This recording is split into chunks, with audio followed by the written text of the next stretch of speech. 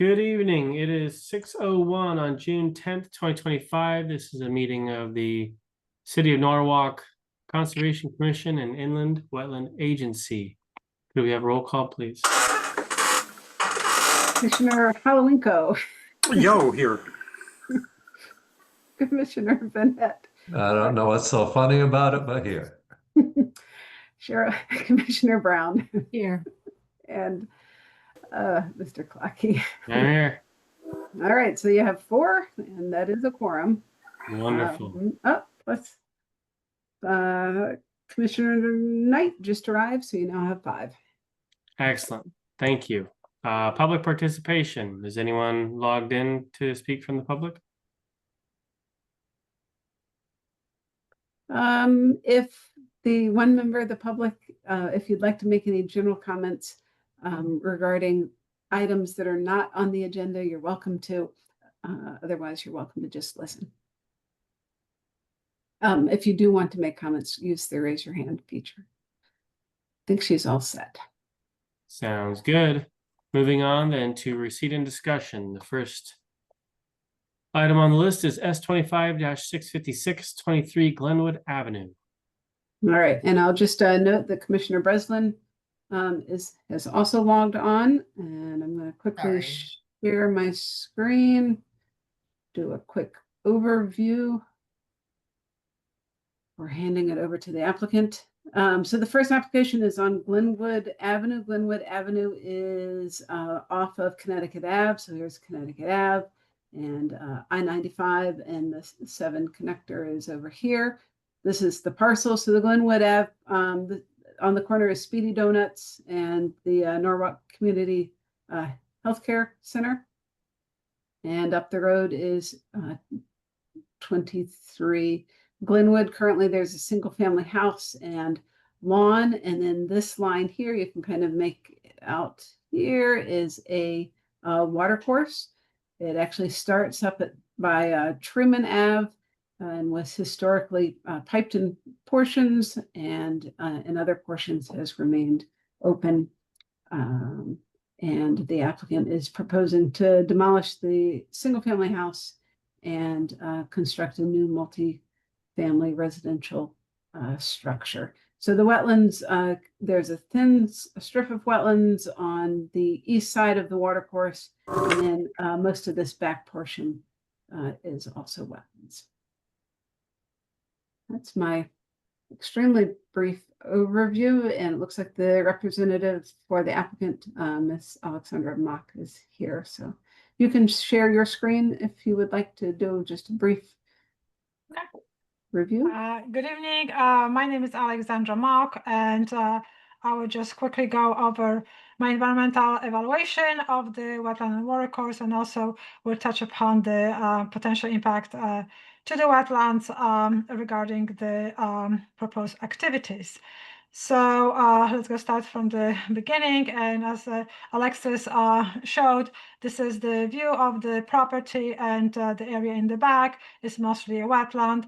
There is a perennial stream, which is cutting kind of almost the property in half. This is the residence, which is going to be demolished, and the driveway over here. Here's the wetland as delineated by myself, Alexandra Mock, wetland soil scientist, and you can see that this is the perennial stream. We have several trees within the wetland area, but mostly it's shrubby, and it's basically dominated by invasive species. Here is the view of the stream. So you can see that it's kind of a little bit channelized. We have some stone on both sides of the channel, which kind of restricts the flow to the almost straight line. Here's the view from the upper property of the wetland. As you can see, that there are a few trees which are mostly along the edges, and then the rest is basically shrubs. My evaluation was done in the winter time, so there were not that many herbaceous plants, but they're there, especially along the edge of the stream. here's how the channel of the stream looks like. So this is the eastern side of this is the neighbor to the east, and you can see that the stream is basically totally channelized, and there's like a stone opening here, not even a pipe, for the flow to come, and the channel is very deep and very restricted.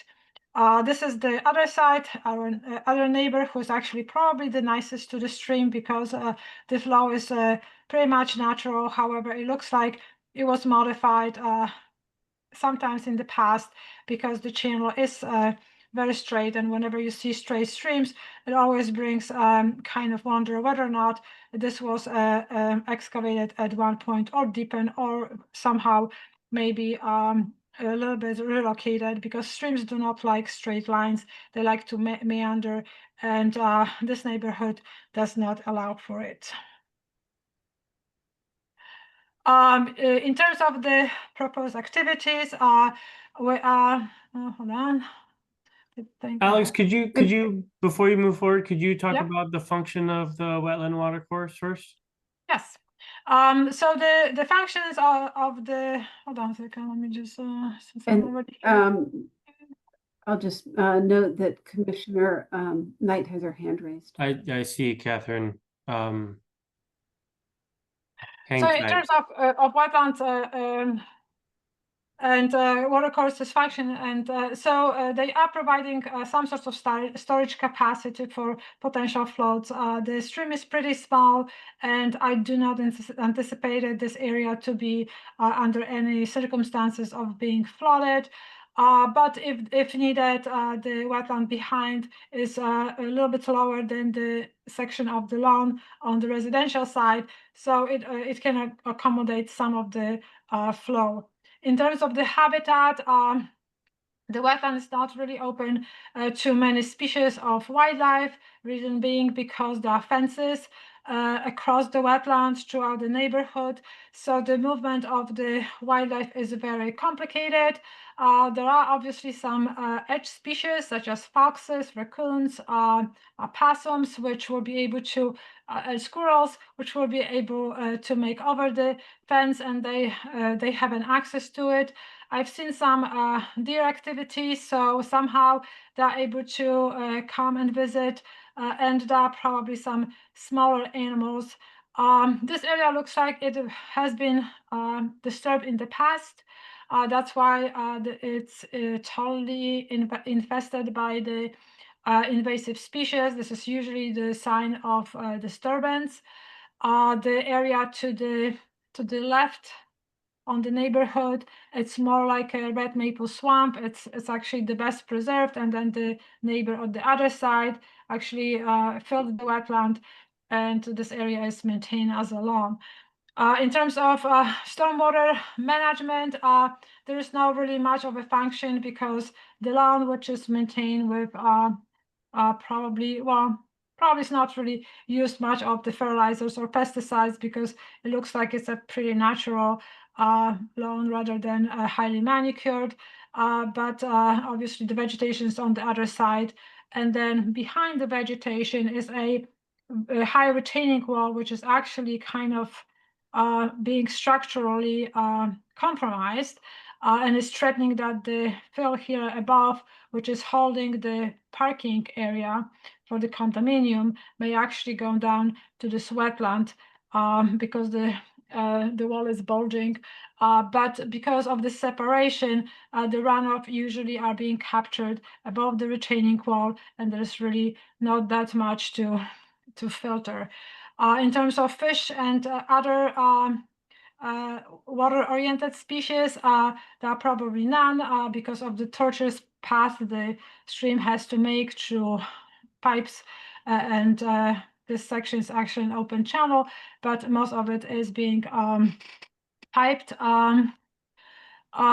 In terms of sedimentation and retention of sediment, yes, the vegetation is dense enough to retain some of the sediment and filter some of the pollutants. Again, the pollutants are coming from here, not from the other side.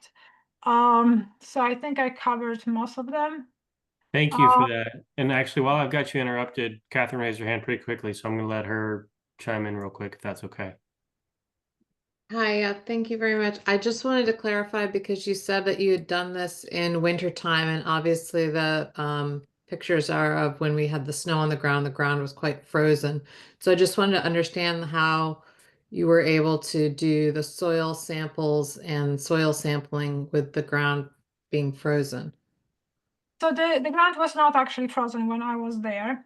I came back later to do the vegetative and wildlife study. That was done a little bit later on, but the wetland delineation was done earlier in the season.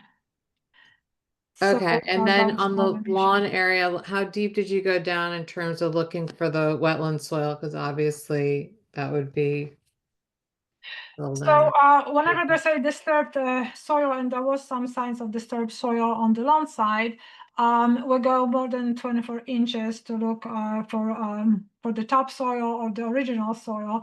There were, I mean, I was able to go deeper than 24 inches, and as per the regulations or actually rules that the area which was filled, the area which has shallower fill was designated as a wetland. The one which had deeper fill, it wasn't. But most of the edge is actually kind of the natural edge. It's pretty follows the delineated wetland.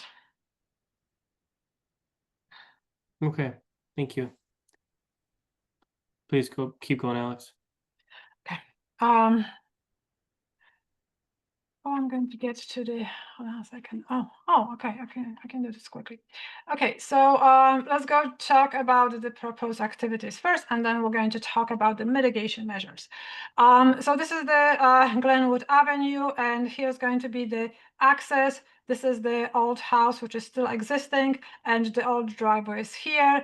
The new driveway, the new access is going to be over here, and this area is going to be designated parking area and access. Underneath, we're going to have an extensive number of in-ground infiltration system, which was designed to mitigate the increase of impervious surface. We are going to have 8 units, and they're going to be aligned in an L shape. Those units, which are highlighted in green, are going to have garage underneath, so they have access here.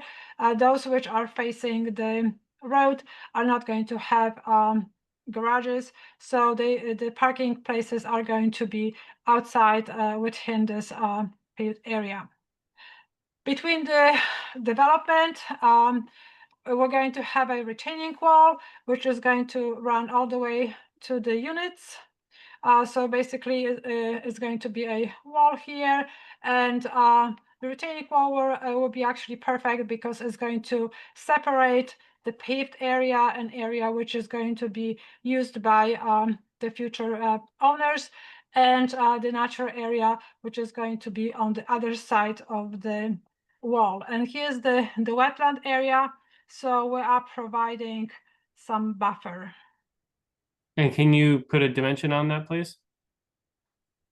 What is the closest that the wetland line is to, let's say, disturbed? So you've got the proposed wall, but then you've got to have some room around it to work. The scale is 10. So I'm going to be measuring here this area, the distance between actually the wall is here, between the wall and so the farthest to the wetland is 21, and then we're going to go to the closest, which is going to be between the unit here and this area. This is actually 10 feet.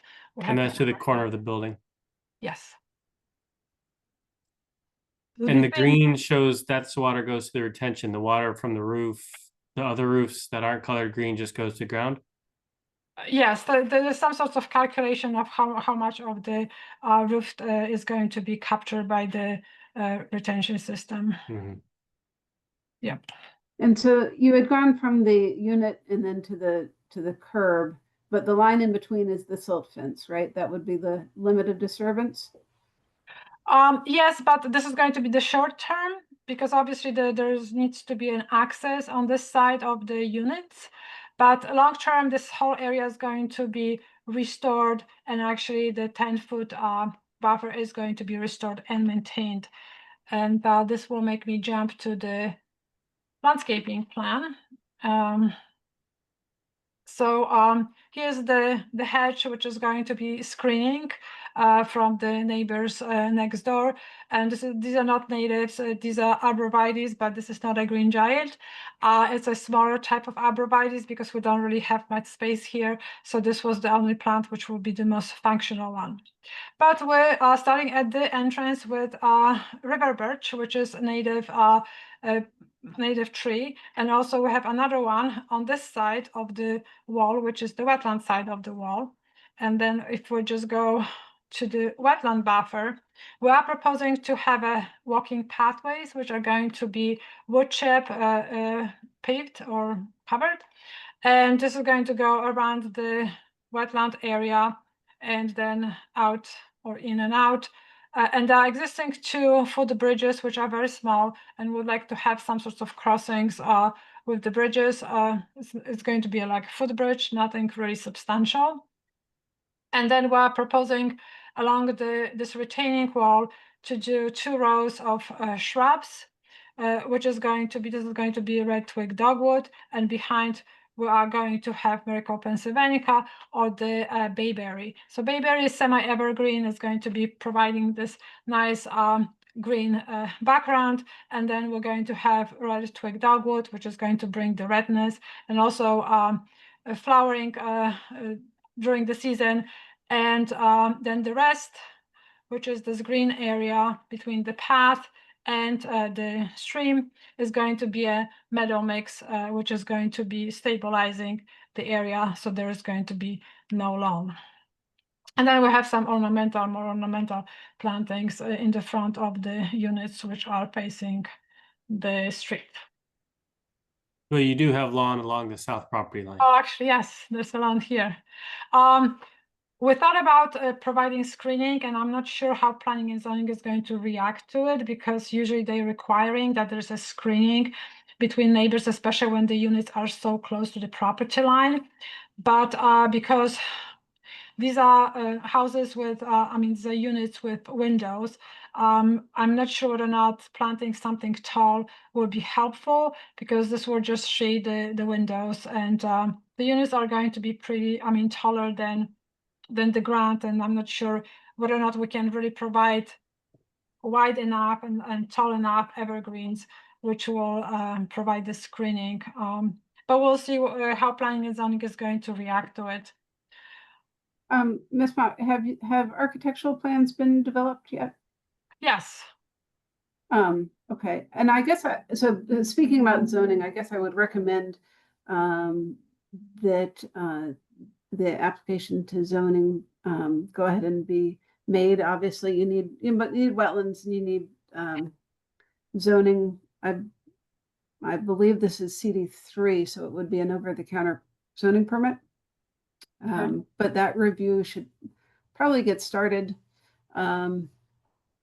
My concern is that zoning, that it isn't zoning compliant, and that you'd have to make substantial, changes and come back to the wetland agency.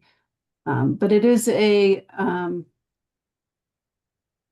99% sure it is a zoning permit that's over-the-counter permit, meaning that you don't need to go to the full planning and zoning agency, commission rather. But you do want to, I would recommend getting that under review, particularly the elements about screening, parking, and there's just more kind of form-based requirements in the zoning code for this type of development. Catherine? I think this is a really good plan, because we started with 10 units, and actually 5 of them were placed in the wetland area, because the previous wetland delineation showed that the stream was the only wetland at the site. So we had, I think there were 4 or 5 units here, parking here, and then there were 5 over here. So I think this is a substantial improvement, and I think it's a fair balance between very paved and developed right-hand side half of the property, and then preserved a natural left-hand side of the property. Thank you. Ms. Knight? Yeah, I think if they want to do that amount of substantive activity that would stay and changing the surface area, you know, quite extensively within the upland review area, I think that we would need to have, or I would like to see a third party evaluation of the impact on the wetlands, because 10-foot is not really that much of a buffer relative to what we've kind of asked for or looked for in other applications. This is quite substantive in terms of the development that's happening within the upland review area, and it's in very close proximity to a water course and wetland. And there's not much buffer in terms of the runoff and the impact. So I think that I would really help. It would be helpful to get, for the evidentiary part of this, a third party review. The quick question, where is the water course? What is it connected to? I'm sorry if I missed that.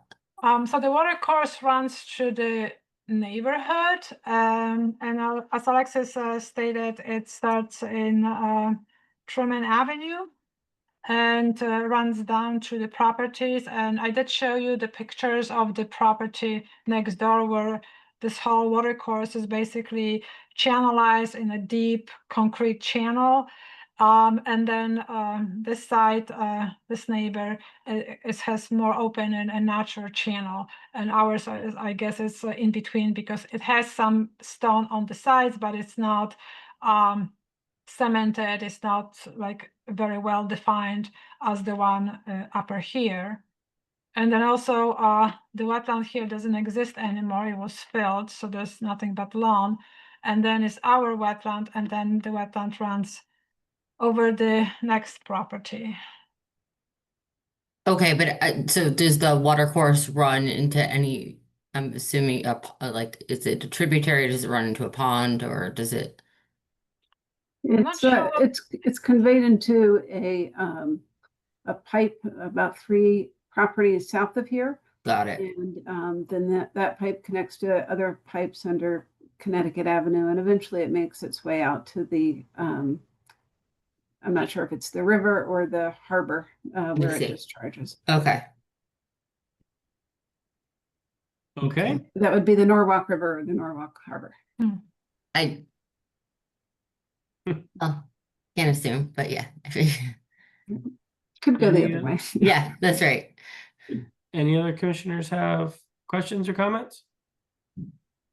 So I will note it is a significant regulated activity application, so at some point a public hearing would be required. In addition to the zoning review, I guess, and sorry if I interrupted you, Chairman Clocky, some kind of decision on the third party review and whether you think that's warranted, or if you want to punt to the next meeting to make that decision, or it's up to you guys. Well, based on previous experience, sooner is rather than later if there's an interest. I personally feel that we're covering up way too much soil, way too close to a wetland and a water course. So if we need a professional to back that up, or at least comment on it or disprove it, I think that's a good idea. I think I'm in the same boat with Catherine. There's just too much happening too close to a sensitive area. Do other commissioners have thoughts on that? I concur with you and Catherine on that. Okay, Yep, agreed. got a nod from Ed. Okay, Alexis, obviously we're just receiving this today, but is that an actionable? Item? Yes, and so just to clarify, you're looking for a professional wetland scientist to opine on any potential impacts to the wetland or water course. Yeah, and I was specifically, if we can be really specific, can we ask them to recommend what a reasonable setback is from the water course or in the wetland I line? mean, I think that Asking too much. in reviewing the impacts, if they determine there are impacts, then yes, so it can if they identify impacts, we can ask them for suggestions for mitigation. Beautiful. Ms. Knight? I think the other thing, given, going into the public hearing, just to have a heads up that, I think we'd like to look at where we have in other applications, alternatives. We need to be considering reasonable alternatives to what is proposed here, which is not, quite substantially into the upland review area, and it's a radical change in terms of development and activities happening then within the upland review area. So I don't know whether they've considered alternatives in terms of pushing the development or disturbed areas a little bit further away from the wetland delineation mark. I think to Alexis's point, like if there are planning and zoning concerns with this may look different.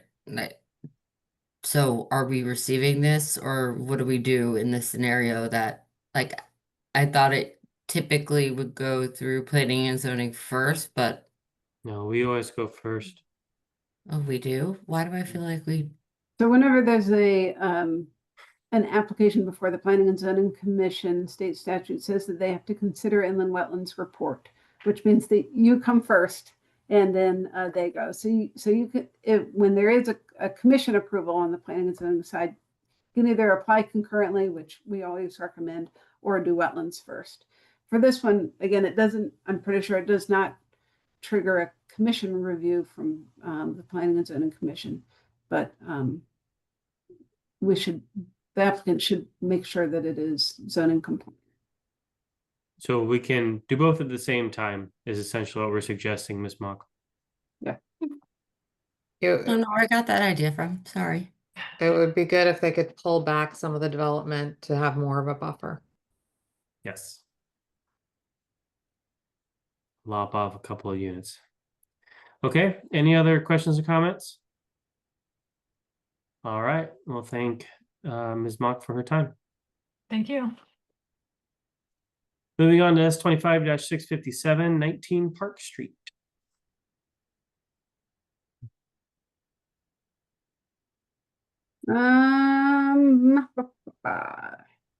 All right, Lee, take it away. All right.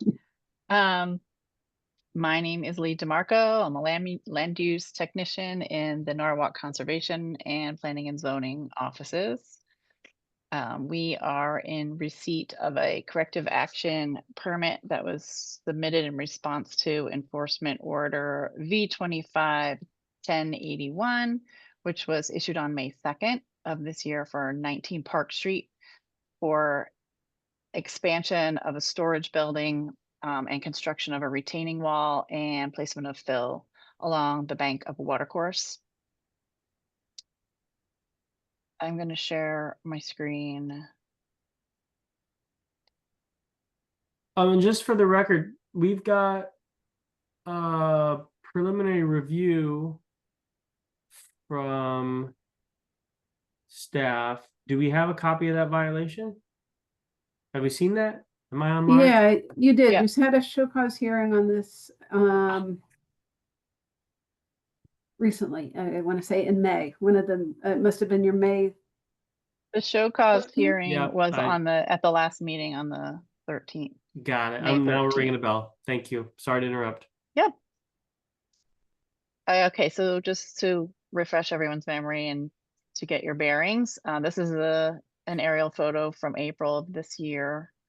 19 Park Street is just right here. It's located between Route 1 to the north, North Avenue right there, and Wall Street to the south. And it's a short walk from the town green here. Betts Pond Brook runs from the north to the south along the rear property line. I'm going to zoom in. It runs along here, property. And the parcel supports two family dwellings and a storage shed in the back. Oh, let's see here. Can we just zoom in a little bit more? Oh, okay.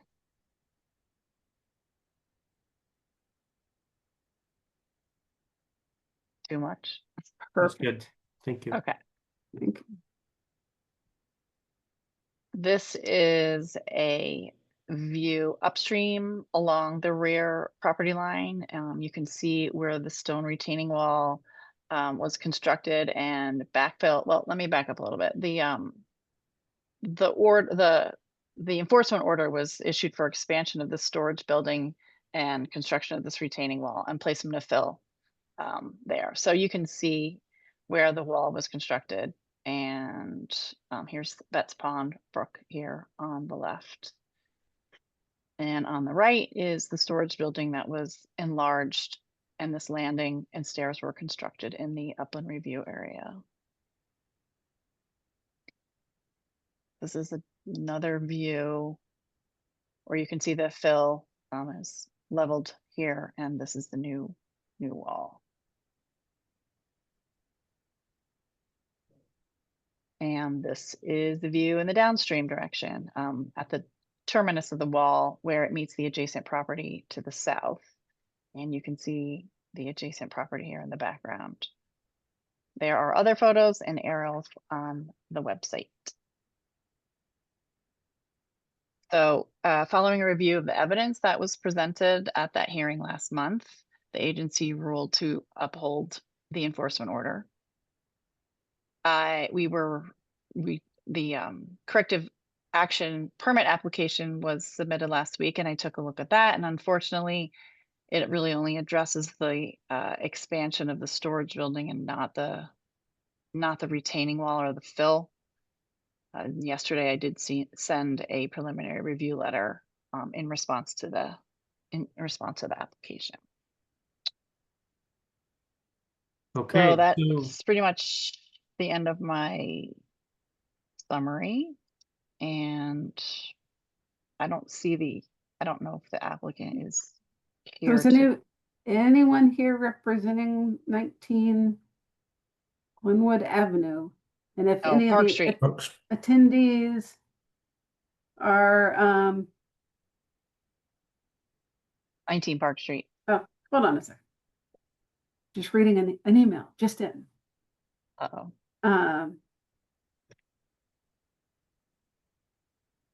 Okay, yeah, so the applicant is not here this evening. This is just the receipt of the application, depending on what at the end of the day ends up being the contents of the application. It's either an intermediate application or potentially a significant activity application. And hopefully we'll have some additional discussion with the applicant or his representative in advance of your next meeting. Sweet. Moving on then. Is that all from you tonight, Lee? Yes. Oh, wait, hand up. Catherine, you have your hand up. Sorry, just on that, I just noticed in the pictures and everything, the fill going up on the trees. Yeah. How is that going to impact their, survivability, because they don't really like that at all? So, just, It will kill them. yeah. Okay. Okay. Thank you, Lee. And we'll move on. Thank you. Move on to S25-654, 26 Devil's Garden Road. The applicant's representative has asked that this be tabled one last time. So they have been in and talked to zoning, and I've talked to them as well, and they are working on revising their plans.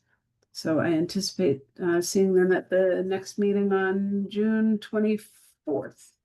Your deadline to make a decision is July 17th, which brings you to your July 8th meeting. So hopefully Okay. they'll have things wrapped up well in advance of that.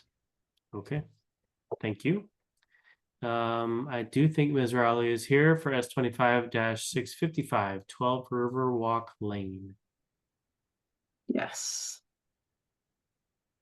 So you had a discussion with Ms. Rowley earlier regarding her proposed corrective action landscaping in the rear. And again, she has the very rear of her property is the 5 Mile River that is then followed by a undulating strip of riparian wetlands. And then there's a designated buffer that ends with a boulder row directly behind her residence. And she has submitted a revised landscaping plan. I will share the screen, and Miss Rowley, if you are there, feel free to chime in and describe your planted plans. Hi, I'm here. Okay.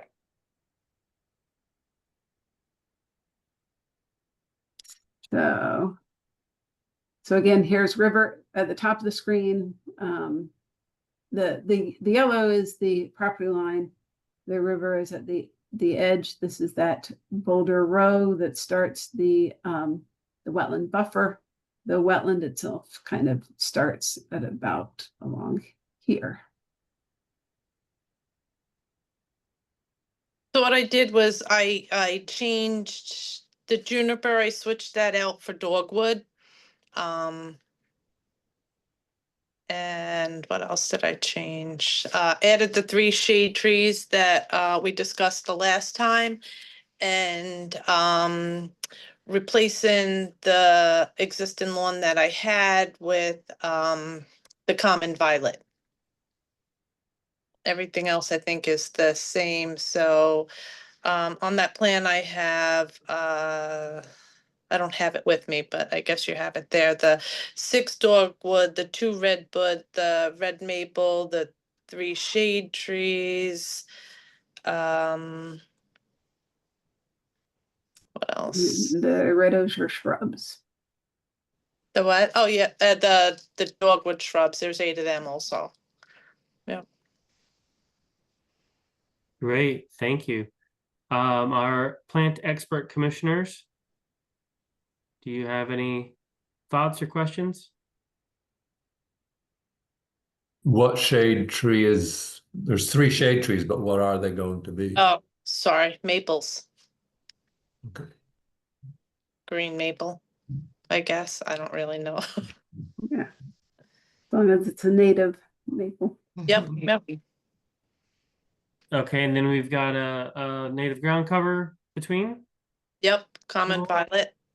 Okay, Right. And so my only concern with the violet is that it, when you seed it, it's a cold stratified, it requires cold stratification. So it will take some finesse and gardening green thumb. Yep. Get it. I think that's going to be the most difficult part. I'm looking into some plants and some seeding. But I just wanted to, before I move forward with that, I just was waiting to get the approval. Everything else I think is pretty much, like we had agreed upon, and that was the last thing. So, okay, Great. Alexis, I think the only question I have is what our typical plant sizes are. Right. so, oh, you're asking Alexis what size? I was Yeah. pretty So much- Go ahead. I'll just say Go ahead. so typically shrubs are in the nursery trade and in how we define sizes. Shrubs use either the container size or the height, and the agency often uses a minimum height at the time of planting, which I think the shrubs all meet. And then for trees, particularly shade trees or singular trunk trees, the size is usually measured by diameter or breast height. And so I think that's probably where Commissioner Brown is indicating that for the red maple and for the shade trees, instead of a 3-foot height, some DBH would be more appropriate. Correct me if I'm wrong. Yeah, is it typically 2? Typically 1 to 1.5. Oh, okay. What are we talking about? So for the 4 trees, the red maple and the shade trees, instead of speccing it by height, the agency, and you don't have to redo your drawing necessarily, the agency would if they were to approve your plan, they would specify the trees by their diameter at breast height, or their DBH, which is the diameter of the trunk at about 3-foot height. Which is what typically? Can we leave it with the 3 foot in height? As far as like, we were talking originally with just doing the shrubs, like going off of what the builder had. And I have gone with pretty much mostly trees and a couple of shrubs. So I was kind of hoping to just leave them all at the between 3 and 6 foot height. I mean, It did a 1 inch even go- diameter, a 1 inch diameter tree is not going to be very tall. It's going to be more than 3 feet, but potentially closer to 5 feet. I think that's probably what they sell too at, a nursery or anything like that. I don't think they're going to sell much smaller.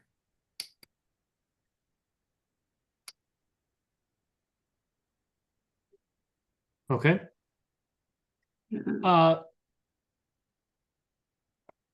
And does it have to be 3? Can we do 2? I mean, it's becoming very costly, obviously, for me. Well, I think we want to focus on whatever we do put in needs to be needs to meet our standards. So if it means, I don't know, maybe I'm speaking for myself here, not for everybody, but if it means reducing the number and making sure we get the size that we want, maybe that's something to consider. I mean, because originally we were talking about 36 shrubs. Well, yeah, but we've also steered you away from that. I know. So it Height steered me sufficient. away from that, and I did trees. So, I mean, but it was just adding more, I think the commission is just thinking that at that size, they really are more like shrubs. So I think that's where the because they'll end up being, smaller than some of the shrubs for a while. And so, But that's the only point I'm like, we were originally going off the builder's plan when they were all shrubs. right. We have lost some shade trees too. It's definitely because they have rotted. Yep. Yeah. I don't So- think- So what can we cut out then in order to? So right now you Save have a some money in total the of budget. 20 total plants, not including the violets. Mhm. Yeah. I don't know if you can find a 3-foot tree in a nursery. That's what I'm saying. I don't think that you're going to end up, I think the height is. You're gonna end up with a 5 or 6 foot tree. Yeah. Diana, have you priced all this out yet? Yep. And do we need 3? Can we go with 2?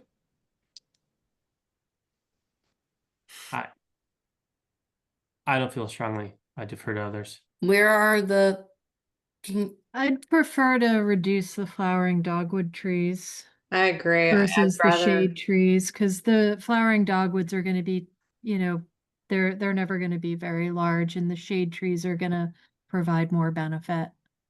So if we're going to reduce anything, I would So- lean towards that. Like on the last call, in September, one of those trees fell and hit the house. So that's these large trees, they all on the, like, close to the river in that area, they are getting rotten and they do fall. So, Yeah, and I again, know when we talk somebody about on the they're pretty putting in a far. 5 or 6 foot tree, it's gonna take 50 Like, 30, years. 40 60 years. before years. it would get up to 50, 60, 80 foot, you know. So my only question here is I can't tell. So the spacing between those proposed shade trees, how far apart are those? Because they look close. They're not, They're not. Okay. yeah, they're not that close. They're not next to each other. There's a good Okay. So space. here's your scale. So this is 68 feet from this distance to here, and then another 38 feet. So you're looking at just over 100 feet of lot width for scale. That's a 100-foot distance. So you guys are stuck on the 3 shade trees that you want. So it's 100 I- feet across where, Alexis? I'm sorry. The width of the property is 100 feet. So you're talking about then maybe planting those 3 trees within 25 feet. Right. I'm okay with losing one of those shade trees, honestly, because I think that it'll help it long term. You're too I think close 3 anyway. is a lot to put in that small space. Now, if we wanted to move it, it's a different story, but maybe I'm wrong on this, but it seems like it's hard to tell. It's hard to tell with the scale, but it seems like a lot to put in right in a row together to promote growth, but I'll defer to somebody else who knows more than I mean, do. I would be They more just comfortable grow if as you a put forest. 2 in What's that? where the 3 shade trees are and 1 over where the other 2 shade trees are in between them. And then if you wanted to, for cost reasons, I'd be happy to, as Cheryl said, to, Lose some reduce the dogwoods. dogwood. Yep. Okay, so it sounds like you're very close to looking at a plan that you could potentially approve. Is there any other elements of the plan that are concerning? Well, would we be defining the size of the boulders perhaps in the The boulders Resolution. are existing. oh, the boulders are existing. Okay, that's Yeah. right. So in the front by the boulders, I think it's kind of like, it's less than 100 feet. I think it's more like in the front. The back of the yard is wider. Yeah, no, I was confused about I thought the boulders were being added, but if they're No, there, no, they're already there. They've been there when the house was built. right, got it. Thank you. This is So 3 shade trees, that's what we're the only so at 6 so- feet high. right. So what's going to happen next is that the now that there's a little bit more feedback at their next meeting on June 24th, their staff will prepare a staff memo that includes a draft resolution. And that draft resolution will be to approve what you've proposed with some modifications and some special conditions. And then they can still, at their next meeting, talk about it and tweak it, but I will try to draft it in a way that reflects their comments today, but also appreciates your comments today, and see if we can get this resolved at the next meeting. Yep. So you don't need to submit anything again, and you shouldn't do any further work in the beyond the boulders until you get the approval. Paul? Okay. Yeah, in the information that Alexis had sent us earlier, there was a question about bonds and application fees. Is that to be discussed here? We'll get to that after the next Yeah, so, Okay. well, you can Or- certainly address the bond. So for at the next meeting, I'll have a draft resolution. My draft resolution will include all the stuff that it normally does, including a bond for corrective action. But, once you look at that, you can certainly discuss it, and, that doesn't need to be a special condition if you don't want it to be. And then, the application fee is a separate item on the agenda. Okay. Thank you. Thank you. Okay. Diana, thanks for taking a break from work there to join us. No problem. All right, thank you. Good. Well, actually, do you, Alexis, Diana, you can hang around because we're going to talk about one other property. Or actually, how about this? Mhm. Can I? It'll be very quick. It'll be very quick. Right. Yeah. Just hang tight. Don't go anywhere. I mean, unless you want to, of course. And if you know someone's dying, by all means. All right, so let's move on real quick to S05-223B, 215 Dr. Martin Luther King Jr. Drive. Blah blah blah. Yeah, so I will, at the last meeting, there were some comments, but no real concerns. And so I have spoken with the applicant. They still owe the application filing fee. But I will draft a staff memo with a draft resolution to approve with conditions for this proposed permit modification. Awesome. Thank you. Okay. Okay, moving back to 12 Riverwalk Lane, S25-655. A request to reduce the So I'm just fee. looking for a second. Just pull that up.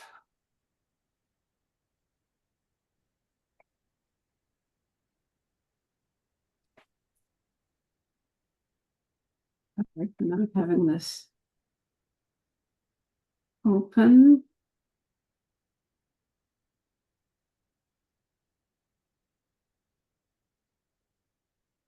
There we go.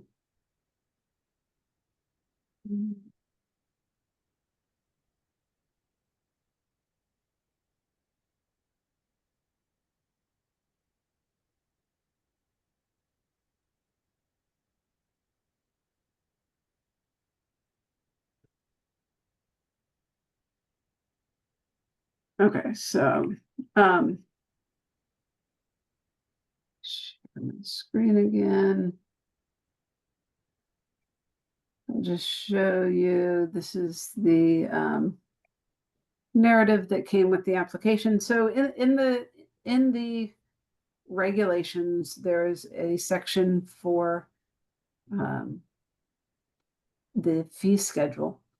And once you're done reading this, I will continue. I'll go to that section of the regs. But basically, this is the sentence: I'm unable to pay the permit fee or the bond, and it explains why. All right, so then I'll continue to the. I'll just pull up the regs.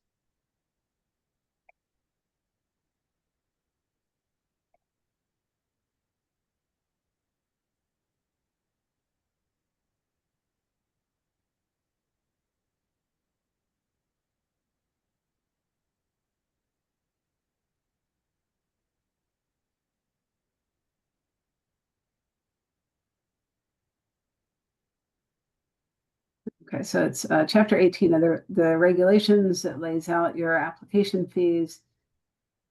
And at the very end,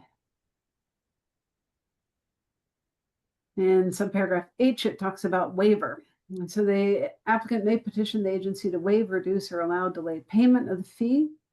Such petition shall be in writing and shall state fully the facts and circumstances the agency should consider in its determination under the subsection, the agency may waive all or part of the application fee if the agency determines that.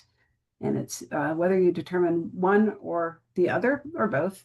So the first is that the activity applied for would clearly result in a substantial public benefit to the environment or to the public health and safety, and the applicant would reasonably be deterred from initiating the activity solely or primarily as a result of the amount of the fee. Or two, that the amount of the application fee is clearly excessive in relation to the cost of the city for reviewing and processing the application. So those are the two reasons provided to you to waive the fee. And can we discuss B first and talk about how the fees are calculated? Sure. So the fees cover a variety of direct costs and a lot of indirect costs. So the main cost is your staff time for review and meeting with the applicant, just kind of the cost of doing business. That is the bulk of the fee. The corrective action applications are more expensive than a get permission before you do the work application fee. And then all fees and also cover some direct costs. And I mentioned the legal notice for public hearing, the legal, if this doesn't have a public hearing, but legal notice for decision and certified mailings. Okay. So those direct costs end up being a little bit over $160. And then the rest of the fee is staff time. Got it. Thank you. And then item A, I don't know that we could lean on this one for justification for waiving or reducing the fee, but others are welcome to comment on that.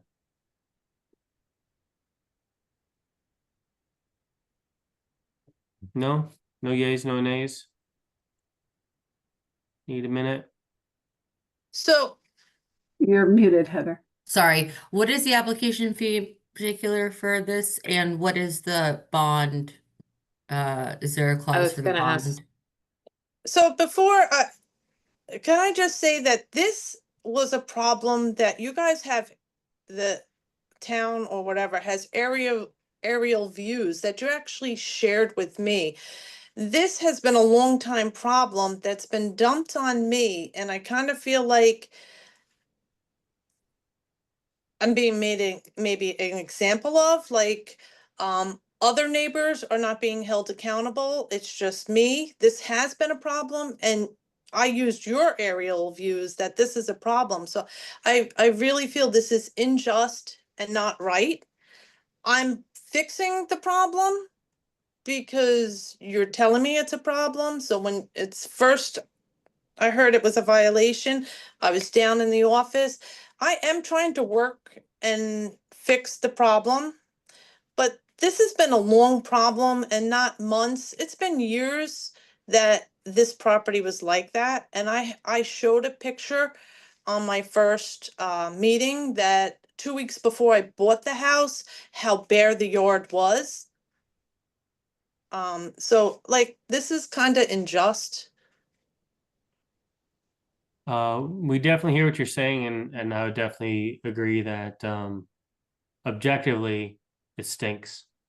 I mean, if it's a matter of if we overshot on the landscaping plan and that's affecting your ability to pay the application fee, then that's something that should be discussed. We do hear a lot from people that, why am I being held to these standards and my neighbors aren't? Well, your neighbors technically could be held to those standards as well. We just haven't heard from anybody that, says no one's filed a formal complaint, basically. So And we've discussed, I've discussed this with Miss Rowley. We are looking at all the neighbors. And as we had previously discussed, the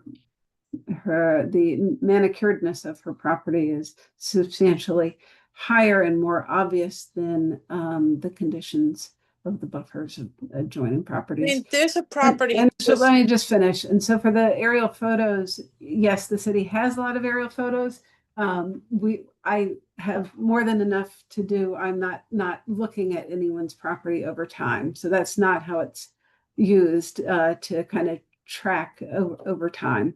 You received a violation because when we went out to the property, it was very clear that the wetland and buffer had become lawn. And that's the only reason. It is definitely nothing personal or nothing. It is simply the actions in the wetland that triggered the violation and nothing else. But this was before I moved in. Yes, I did plant grass. Not knowing, I thought grass was a natural Yep, thing. Understood. You know, So just to get back to the question about the amount of the application fee, as you know, we have a minor, intermediate, and significant applications. This is an intermediate application.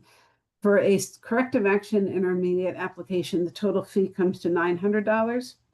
For a intermediate application that's not corrective, it comes to $600. This application is not eligible to be a minor because it involves work within the wetland itself. State statute is very clear that a minor permit cannot include any direct wetland work. So this is the lowest permit level, the intermediate available. So it's 900 corrective, 600 regular. And what was the bond?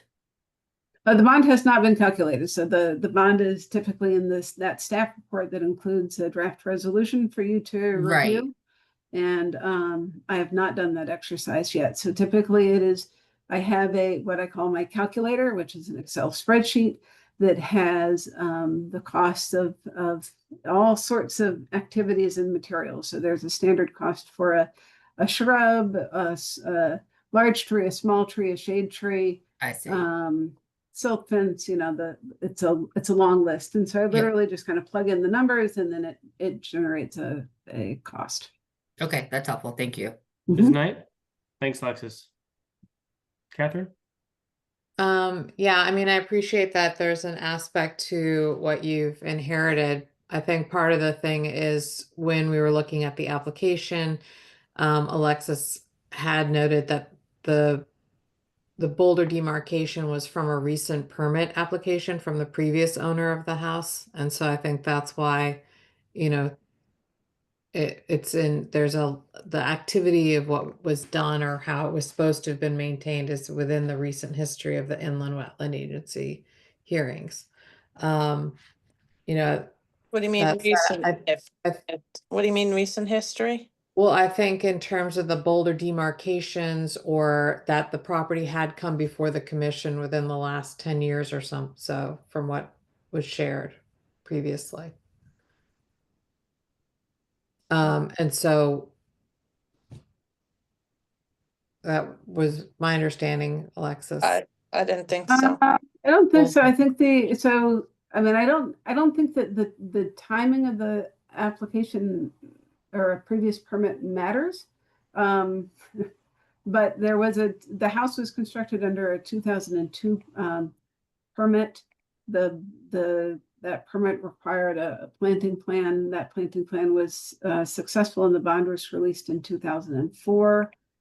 I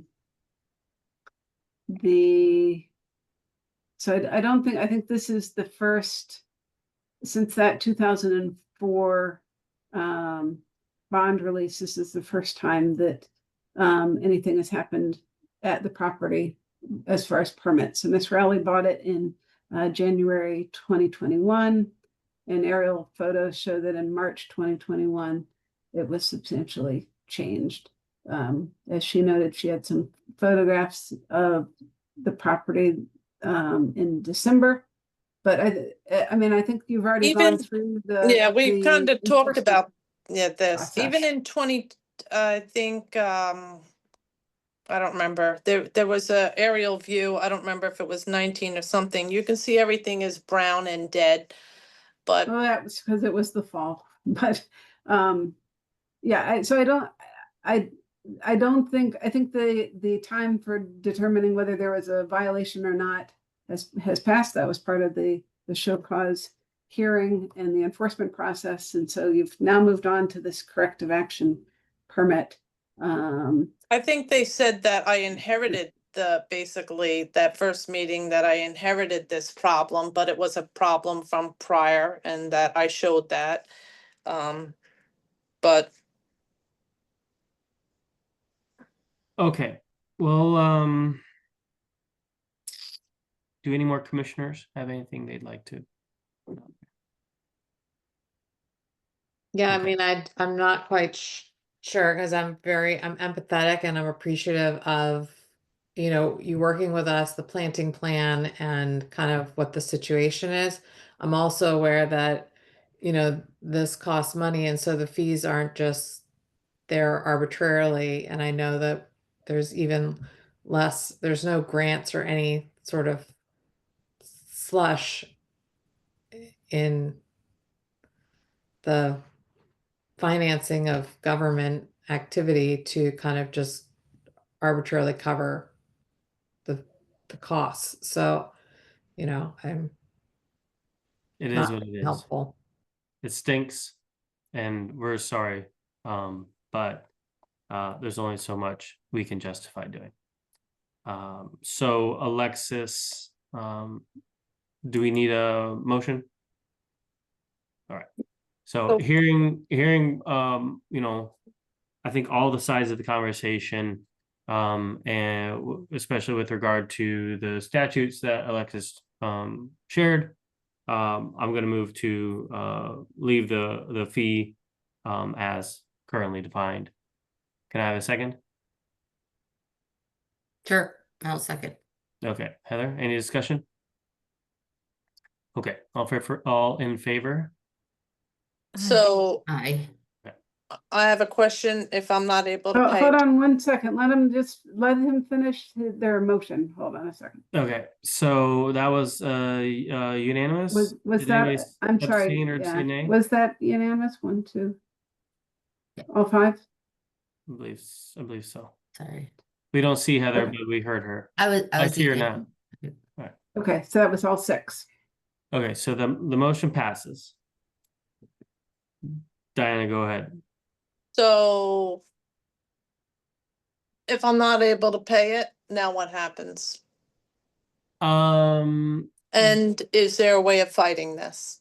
And how do I find out? Listen, I'm not here to waste your time and cause more more meetings and waste people's time, cost more money. But how do I fight this? Because So, I well, let can't me- pay that, and I can't pay a bond either. I agreed to send pictures, however many you need, but I mean, this is. I Yeah. mean, you don't know people's situation, and it's Yeah. not something I really want to discuss online. But so if I can't pay it, what's the next step? So for the application fee, when the agency makes a decision, they have to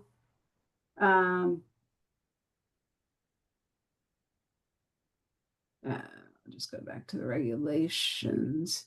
So they're in a pickle where part of the application, they have to abide by the whole book or the whole inland wetland regulation book.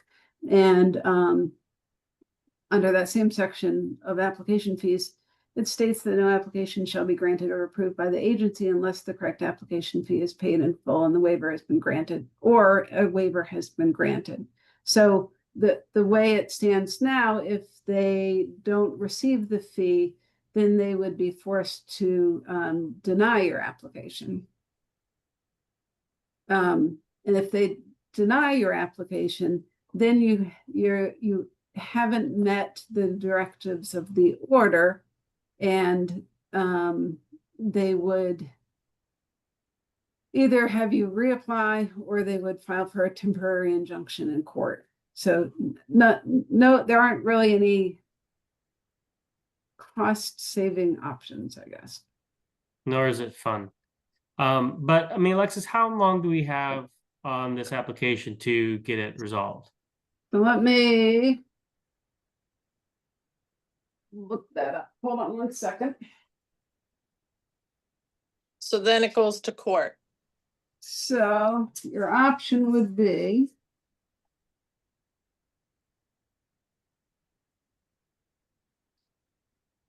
let me just get out my day calculator. So the agency has statutory timelines in which it needs to make a decision. And we've just determined that in order to make the positive decision that we all want, they need to have the fee submitted. And so the first, so let me just calculate some dates here.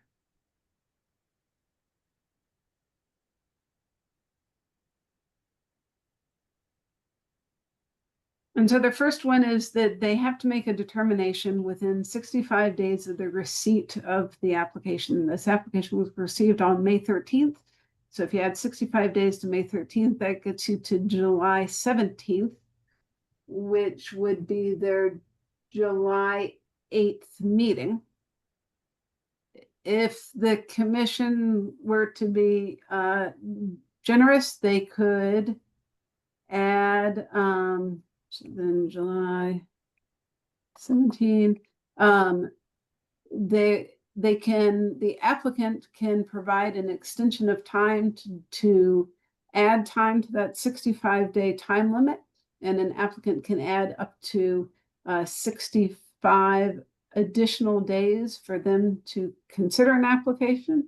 With that additional 65 days, if you write a letter and the agency is willing to kind of pause, then that gets you to Saturday, September 20th. All right, so Which what then I'm, gets you to September 12th. So September 12th is kind of the final deadline, assuming an applicant extension of time to pay the fee and get this done. so I've got, I asked that question for two reasons, Diana. The first was, if it helps to not have this come due, immediately, we do have a little bit of time we can roll with it. The second part would be that I think if you were looking to save money, we could take, I would love to just roll with the plan that we've got or what we've discussed thus far, but if it comes down to reducing the number of plants, and I'm just speaking for myself, not as a commission, as the chair, but let's spend the money where it's important on the landscaping, and then save the rest of the money for, unfortunately, administrative costs, which is the opposite of what I feel in my heart. But it, like you said, we've only got so much to work with here.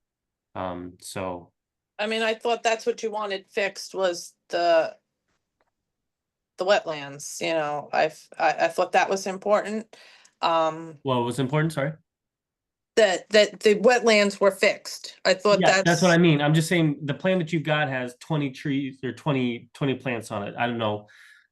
Help me, Cheryl, like, could we get away with, what's our priority, guys? A shade trees are the priority. Right, in a upland review area or in a wetland. So if we wanted to focus on getting 3 of those planted in a convenient spot, and then we have ground cover over the rest of the area, do we need the other plantings? That sort of thing. And Diana, I was throwing that out for you as an example of what I'm thinking, just personally. Would that be amenable to save money on plants that unfortunately would help you and put that toward the administrative costs? Well, the shade trees are more important than the shrubs, undercover I things. mean, you move in. isn't that what brought me here, is that you want the land fixed? So I thought that was priority instead Fixed. of administration costs. Yeah, well, I mean, it is. that's what brought me here, that's the whole problem. That's why we're here. That the Yeah. land that I purchased was not up to your standards, and now I'm trying to fix it, and then now it's the administration costs are most important. Well, we didn't make it the most important. It's something that's been brought up to us on today's agenda as a reduction of an application to reduce the fees. So what I'm getting at is the fees are what they are, and they're in writing. The fixing of the wetland is subjective to a certain degree. So I think that's where we have flexibility. Unfortunately, we have very little flexibility with the fees and bonds and all that stuff. So what I'm trying to say is I would be willing to consider an updated plan that is a little less robust in its planting scope, if that allows you to not get pinched financially with regard to fees. The fees have been approved. They are what they are, and Alexis explained what would happen if they don't get paid. So I'm trying to make you some wiggle room here. Yay, nay? Oh. I can't make a decision on that as far as now. Well, we So don't have you're to saying either. that if it's not paid, it goes to court? What? So what, I mean, you can give me a call tomorrow. So what the agency is trying to say is that it's not their priority, but the regulations, which are the laws that they have to abide with. So they're the framework where they administer the wetland regulations are all encapsulated in the wetland regulations. And the wetland regulations spell out the very, very limited circumstances where they can waive the fee. And because those are so narrow, they really can't figure out a way to apply those two very narrow circumstances to your circumstance. So they've determined that they really don't have justification based on the limited justification reasons they can consider to waive the fee.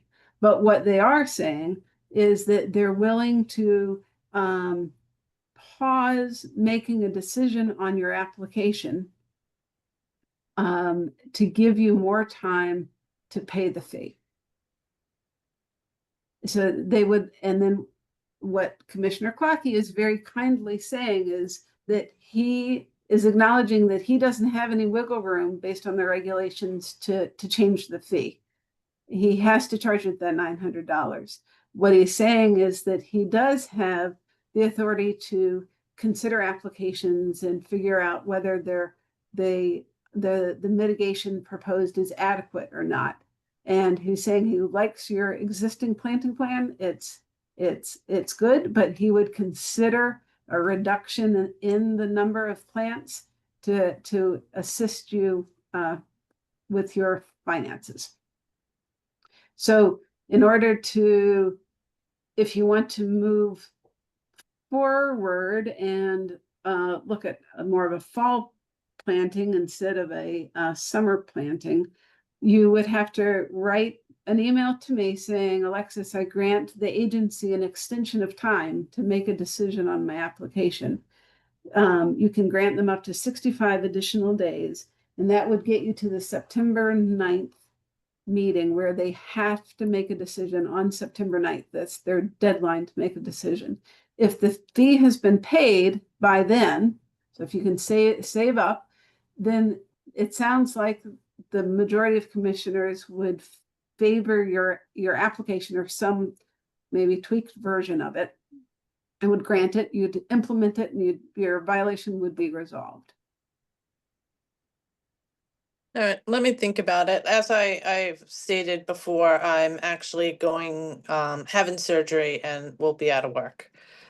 So I'm just gonna have to think about this, and I guess I'll give you a call. Okay, I should be in this whole week. Sorry, Diana. Thank you. Thank you. Okay, moving on to determination of permit need, 70 Witch Lane. Get my ducks in a row here.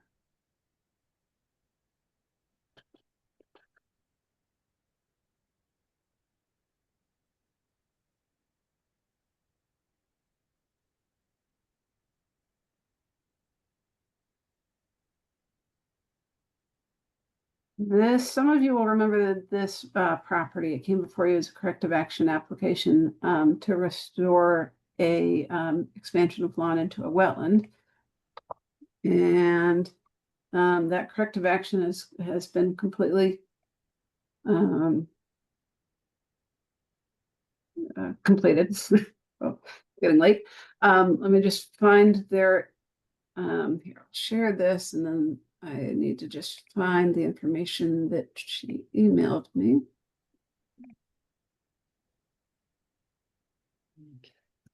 Okay, to get your bearings, this is Witch Lane, which turns into Hunt. There's a range road, which you're very familiar with. Across the street is 70 Witch Lane. It has a driveway, house that's kind of perched up, and then there's a water course here. And then this is all wetlands. And this was the area that these are actually plantings that were done. That was this area here that was kind of encroached, and they did work on the house without permits. Anyway, what they're seeking is they have a little footbridge that is over the brook. It's I call it a footbridge. It's 2 boards. They contacted me with interest in installing a shed, and initially they kind of had it over here within the wetland. Let me just find the map that she sent. Hold on a second. Basically, what they're looking to do is erect a shed. It's not in the wetland, the location where they're proposing, but it would require the continued crossing back and forth of that water course. Hold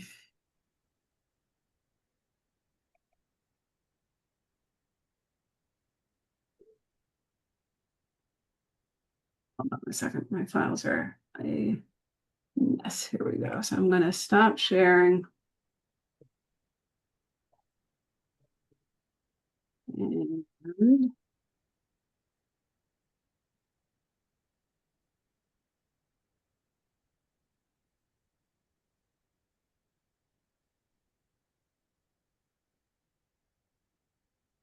getting closer. Sorry.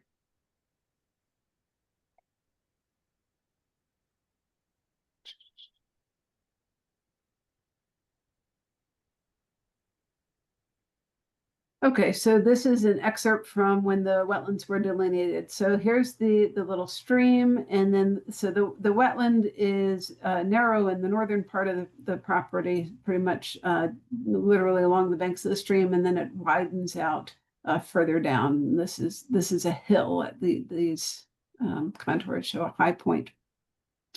And as you can see, the property is much higher, and then it kind of slopes down to this valley. Initially, they had approached me about installing a shed here, and I said that was improbable due to its location within the wetland itself. So then they came back and said, how about if we would put a shed here? So it would be within the upland review area. They provided a minor permit application, and I said, well, this is kind of a big minor, but maybe a small intermediate. And I would be most comfortable talking to the commission prior to issuing any minor permit that involves a stream crossing to get to a shed. How big is the shed, and are they going to build it on site, or are they going to? Is it They are. manufactured one?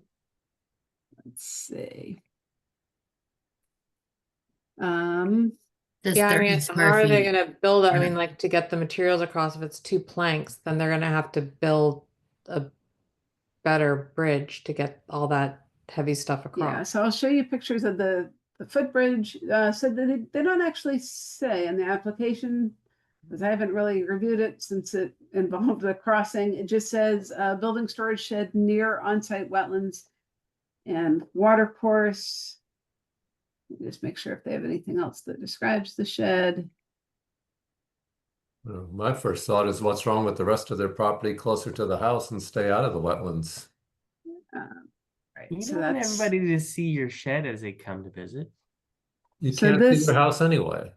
I've lost track of what I'm sharing. Let's see. So let me go back to that doesn't have a dimension. That just is that the shed's about 30 feet from the wetland line. And then let me share. Let's If it's see. more than a 10 by 10, they have to go to planning and zoning, don't they? Yes, it would need a zoning permit. So this Happens is after, I've learned. this is a photo of kind of what the area currently looks like. I guess she's standing at the brook looking at where it would be. And then the last thing is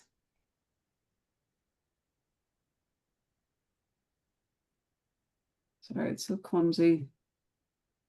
And then this is a picture of the footbridge. And so the other photo is kind of this area up here. And that's the egress. And these are the shrubs that were required for the wetland restoration. So the question, so as I mentioned previously, any activity within a wetland or water course requires a permit level beyond the minor application that is staff reviewed.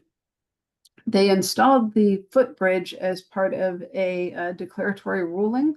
So a declaratory ruling allows for limited activities that are considered integral to the enjoyment of a single family residence. So maintenance. So if there's lawn, for example, within, well, we don't require a declaratory ruling for mowing, but for example, if someone wanted to remove a tree within a wetland, they came to us and said the tree is close to my house but it's within a wetland. Can I remove it?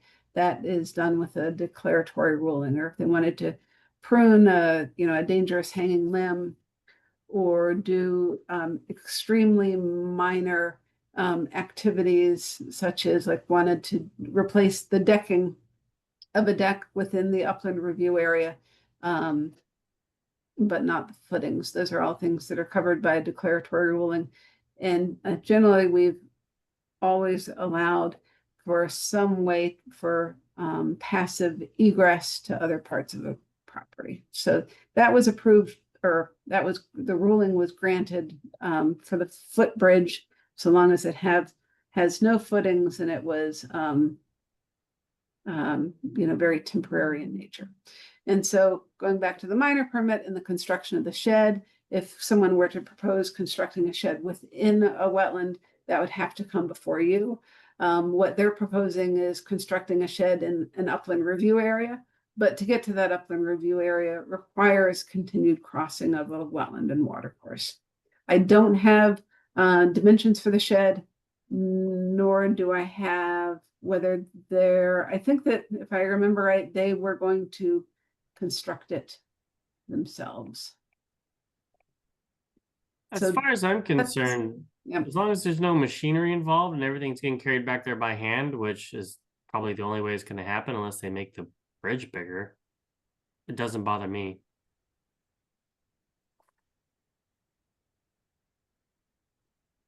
I mean, the Other only than the pure question, like curiosity. thinking practically, like if it's a shed, like, and that's where they're keeping like lawn tools, which typically would go into that, like a lawnmower or I don't know, you then have a lot more activity going back and forth and stuff being carted, through the wetland. I have a feeling this regular is sort basis. of a she shed, he said shed situation, given that it's on the other side, I would think, of a lawn, right? It's in the wetland area, is that correct? Or it's above the water, there's a wooded area? Right, it's a wooded upland review, wooded upland, non-wetland areas Mhm. where the shed is proposed. I think we need to see more information because if it's a she shed, then are they putting in electricity, just a little bit more detail about what, Yeah, so it is a 14 Yeah. by 14 foot shed, maximum 15 foot high. Pretty big. That's a big shed. That's more than garden tools. that's not a shed, that's a It's a garage. Accessory Adjunct. dwelling unit. dwelling. What does count as an accessory dwelling? I mean, honestly, Like live back there, no, amongst the trees, across a babbling brook. Can't So blame a, 'em. a It's gonna be an shed, right, Airbnb. can't have any plumbing, electricity, or No. anything like that. Yeah, nature. could put a lot of rocks in there. So you're saying that so a 14 by 14 shed, so you're saying that that would be something that you would want to see then? I mean, so the use is, if they're applying for a shed, zoning would say it has to be a shed. It can't be a living, it can't be living space. That's Well, if they it's an wanted to awfully build big a- shed. Sorry. It's an awfully big shed to be putting that far from your house. And like Catherine was saying, how much traffic's going to be going back and forth, and next thing you know, the bridge is going to be bigger. I think it's just one thing's going to lead to another with this shed. It is a But- bit big. There's gonna be, some water runoff and things like that. And even just to build it, it seems like they need, erosion control and those kinds of things to make sure it's Yeah. not to even temporarily affecting the wetland. Yeah, the construction's going to cause disturbance alone, and then I don't know. I'm not We have to- comfortable with it. I think let's focus on the knowns, right? We can't make decisions based on anticipation. What ifs? What ifs. We can't make decisions based on what ifs. It's a shed. We don't care what they use it for. They put meth in it for all we care. Well, right. Anyway, so what I we mean, are care they about putting is- in a foundation or, I mean, like, just a little, I need more information than this is a shed. Like, what are you actually building? That's what we want to know. We want to know what the roof is, water flow, that kind of stuff. Okay. How are you getting the Erosion materials over control. there? Yeah, Yeah. can we ask for materials and use? I mean, I can, but it's not something that they.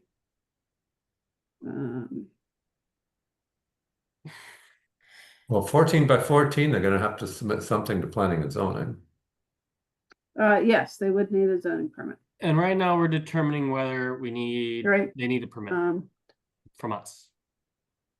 So it sounds like unless they're able to give us a bunch of information informally that we would typically expect to receive formally as part of an application, exactly. we're talking about the same thing. Like exactly. I think we had some answers about it. We could help but in absence of that, I think, yes, we need a permit, right? Like that's the. Okay, so if there's no foundation, if it's just sitting on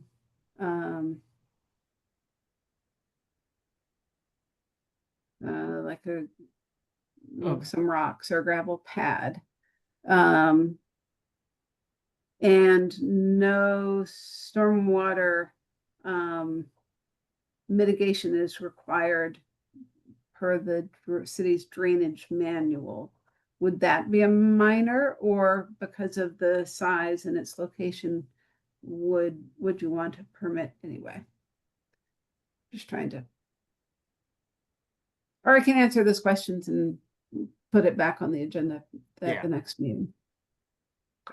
Let us soak on it. Give us a little more information if you could, please. Okay, so I'll invite the potential applicant to attend maybe, and then they can answer questions. I'm just guessing yoga retreat. Yoga shed. Yeah, I mean, I think some details about how they're getting the materials over there would be helpful, Right. that bridge.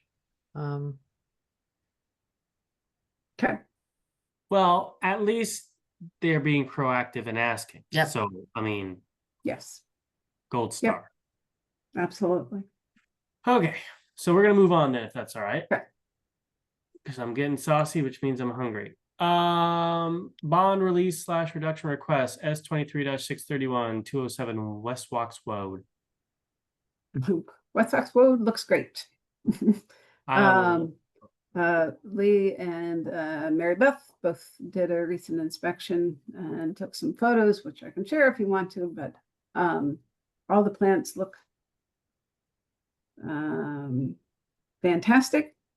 It technically is to be held for 2 full growing seasons. 2 full growing seasons would come in October, not June of 2025.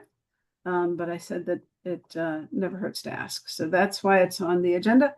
They do look good, but technically they have not met their 2 full growing seasons yet. I'm sorry, someone was out there recently, though, well, recently in the spring. Yes, Okay. just I don't know, like a couple weeks ago, right? Yeah, no, I'm just making sure this year's growing. what do people think about maybe just giving them back half? I'm okay with the whole thing. You're okay with all? If it seems to be growing well now in the spring, I doubt you can. Well, it could be a nasty dry summer, and It's not looking that way. well, you never know. I think if it's October, it's October. I mean, that's my view. Like, if we have the 2 years, like, I don't want to open it up that we're negotiating everything all the time. Like, it's in there for a reason. So unless they have a good reason why it needs to be done before the deadline, then I'm inclined to say it needs to be the 2 growing seasons. Hold on for 4 more months. I like that too. I'd agree with that. Okay, there's 3 Ed Commissioner Knight. nods. Yeah, they knew putting the bond up, it was going to be 2 years. Well, I love the willingness and thinking openly, but I will move to reject the release request until it is actually coming due in October. Can I have a second? I'll second that. Okay, all in favor? Aye. That's everybody. Okay, well, that's fine. All right, moving on to acceptance of meeting minutes from the May 13. I read them. I'll make a motion that we accept the minutes. I'll Second? second. Thank you. I don't think we need any discussion, do we? All in favor? Aye. Aye. Also unanimous? Did anyone needed to abstain there, did they? All right, make a good time now. Conservation initiatives. Does anyone have something they'd Initiative. like to discuss?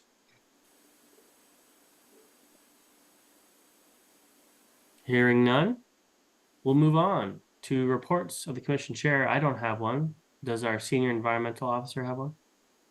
I do have a couple things of note. I just wanted you to know that we did receive an appeal of one of your decisions. That was modification S16499B, which is 284 New Canaan Avenue. So I'm preparing the return of record, which is all documents, all the minutes of every meeting, verbatim transcripts, agendas, application materials ad nauseum. So I just wanted to let you know that that was appealed. Sorry. Did you include the meeting minutes or the meeting where they discussed an application about the berm that then they subsequently withdrew and then did anyways? So that was discussed, but it's discussed within the meeting. So the return of record is solely all items that you discussed during the receipt of the application until your decision of the application. So the earlier stuff I can't include directly, but it will be whenever you spoke about it, it's reflected in the record. Okay. And then that's it from me. Okay, sorry for that extra work. All right. Nothing, you can end on a better note. Anybody? Anybody? Nice. Sun came out today. Kind of. All right. I'll move to adjourn the meeting. Can I have a second? I'll second. All in favor? Aye. Okay. Actually, I had just a question. It doesn't have to be part of the meeting, but All right. Have a good night.